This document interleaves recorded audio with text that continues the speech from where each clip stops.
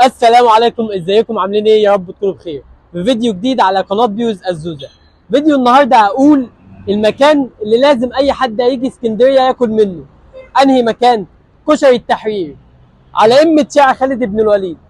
كشري التحرير هو انضف واحلى واطعم كشري ممكن تاكله. انا والله مش بجامل ولا بعمل اعلان، فعلا كشري التحرير ده جامد جدا. وبتوع القاهرة عارفين، لكن بقية المحافظات مش عارفين قوي. الناس اللي عايشة في اسكندرية والناس اللي هتيجي اسكندريه لازم تيجي تاكل من هنا، وهسيب لكم المنيو وان شاء الله تيجوا وتتبسطوا.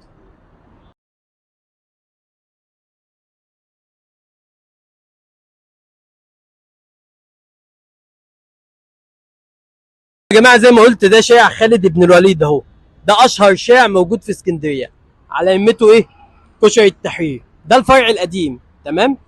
وفتحوا جديد كده من كام سنه الفرع ده، تمام. جنب بعض وفي قاعده جوه، وممكن تاخد ايه تكاوي، تمام. وانا طبعا طول عمري باكل من عنده لان انا ساكن قريب من هنا جدا. فانصحكم اللي يجي ياكل من عند كشري التحرير، حقيقي انضف واحد. والله العظيم ما بعمل كده عشان مثلا اعمل اعلانات ولا اي حاجه. فعلا فعلا هو نضيف وحاجه كده ايه، طعمها حلو كمان. وبص يعني مثلا بالصدفه اهو معايا صديق عبد الرحمن، هو سرحان دلوقتي. اساله ايه رايك في كشري التحرير؟ ايه رايك في كشري التحرير؟ قول لي دافع لك كام. لا لا، بهزر بهزر يا جماعة. الصراحة من أنظف المطاعم اللي بتعمل كشري هنا في مصر، وطعمه فعلا مختلف عن بقية المطاعم اللي بتعمل كشري، بأمانة يعني. طيب يا جماعه، فيديو النهارده كده خلاص. اتمنى ان انتوا تكونوا استفدتوا وعرفتوا لما تيجوا اسكندريه هتاكلوا من فين بالظبط، تمام.